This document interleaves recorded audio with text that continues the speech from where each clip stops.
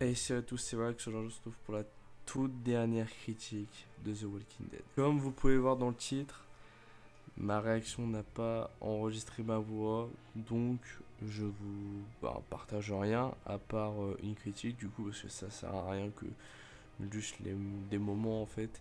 Et je veux pas refaire une en mode oh là là, l'épisode, etc. Alors que je l'ai déjà vu quoi. Avant de commencer, je vais vous le dire, hein, j'ai pleuré à la fin de l'épisode. J'en pouvais plus, les frères. C'était vraiment horrible. Mais non, voilà, j'ai noté des trucs sur une feuille, des notes de l'épisode parce que je l'ai revu du coup quand même pour essayer de vous faire une critique. Judith, frérot, t'es trop une goth toi. Toi, t'es la goth. La meuf, elle a une balle et tout. C'est une gamine, même si c'est une balle que dans le bras. Elle arrive à défoncer le zombie. Et boum, elle ferme les portes. Non, frérot, t'es trop forte. Sinon, au niveau des morts, Joule, frérot, c'est la mort la plus conne de l'histoire. Mais genre vraiment, la meuf, elle sait même pas qu'il faut viser la tête. Elle vise le dos, elle. Elle, c'est le dos. Et du coup, après, elle se fait mort. Après, elle se fait défoncer. La scène de Luc à l'hôpital, franchement, a été sympa. Ils ont essayé de faire un vrai truc, etc. Mais je pense que si tu l'aurais développé, ça prenait direct. Alors bien sûr, je pense qu'on l'a tous remarqué également. Il y a le clin d'œil de Daryl qui met euh, un lit devant la porte d'hôpital de Judith. Ça fait penser à Shane Eric. Il y a également le rôdeur avec la pierre qui détruit la porte. Bon, il y a également quelques facilités scénaristiques, hein, comme Aaron et Lydia qui pop de nulle part. Euh, Comment Carol, etc. rentre dans l'hôpital alors que c'est blindé de rôdeurs. Il y a beaucoup d'émotions, c'était les émotions, mais là pendant la réaction, j'ai failli briller vraiment. C'est quand Judith parle de Rick et Michonne, où elle dit que Michonne est partie chercher Rick. Au début, Daryl il y croyait pas trop non plus parce que tu vois, elle était sous le choc. Et après, quand elle dit ah, mais c'est en vrai, la Madaron, elle est partie chercher Rick. C'était beaucoup trop, frérot. On va parler de Rosita vite fait. Quand elle tombe, quand elle fait sa chute là, franchement, il y a eu sa mort, mais je pense que ça aurait eu le mérite qu'elle crève déchiquetée, etc. Après, sa mort est grave stylée. Hein. Genre, il n'y aurait pas eu toute l'émotion, etc. Qu'après, il n'y aurait pas eu le dialogue Eugène Rosita, etc. C'est vrai que ça aurait pu enlever ça, mais en vrai, je préfère quand même avec les dialogues, etc. Mais ça aurait pu être stylé si elle mourait comme ça, tu vois. Les dialogues Negan-Maggie, très intéressants, très touchants et sincères. Quand Maggie, elle parle de...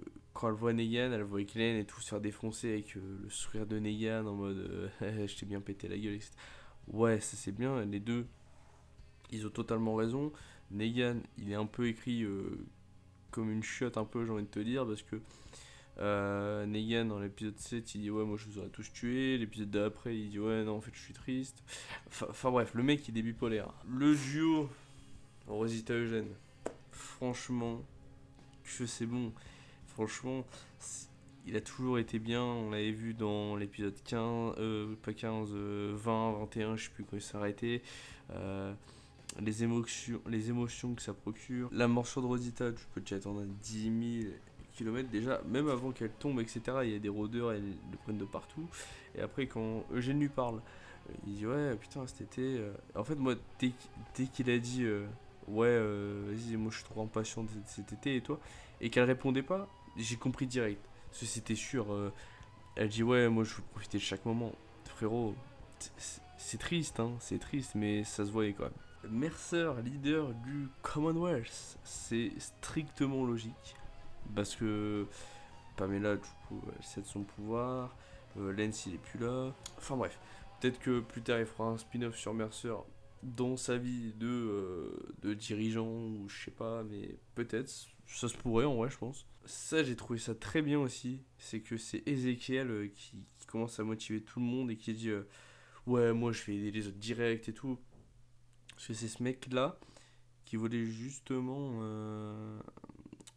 rester au Commonwealth. C'était le seul qui voulait rester parce que lui, il voyait un avenir, il y voyait tout. Il voulait pas retourner, je pense, à Alexandria ou la colline ou un peu de jour pour vivre comme de la merde. Daryl qui dit with the Walking Dead, c'est trop, c'est trop. S'il aurait dit We are the Walking Dead comme Rick là, oh là là. Le plan pour détruire la ville, les rôdeurs, etc., il était sympa, franchement, malgré que la CGI et l'animation, ça suivait pas trop, manque de budget, je pense, comme toute la saison. Pamela qui va en prison, c'est une bonne idée. Voilà, que de tuer une énième fois le méchant.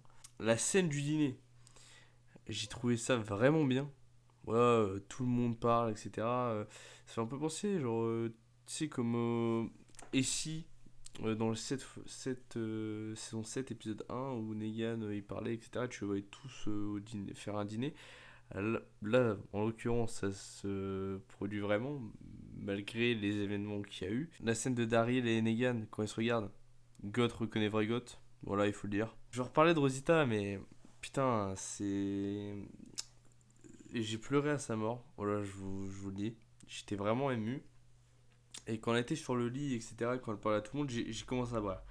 C'était très triste. En plus, Gabriel qui lui parle, etc., qui lui fait une prière. Putain, c'est émouvant. Eugène qui finit derrière, qui lui dit ouais, Eugène, je suis contente que c'est toi qui es là pour ma fin. Eugène qui lui dit ouais, sans toi, je serais pas là. T'as Daryl qui regarde, les jeux de regard avec Daryl et Rosita.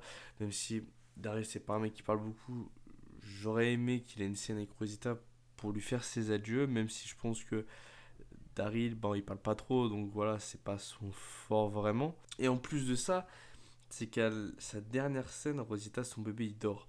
Donc le bébé, il va même pas voir une dernière fois sa mère. Et ça, c'est encore plus triste. Et je l'avais remarqué directement dans la réaction.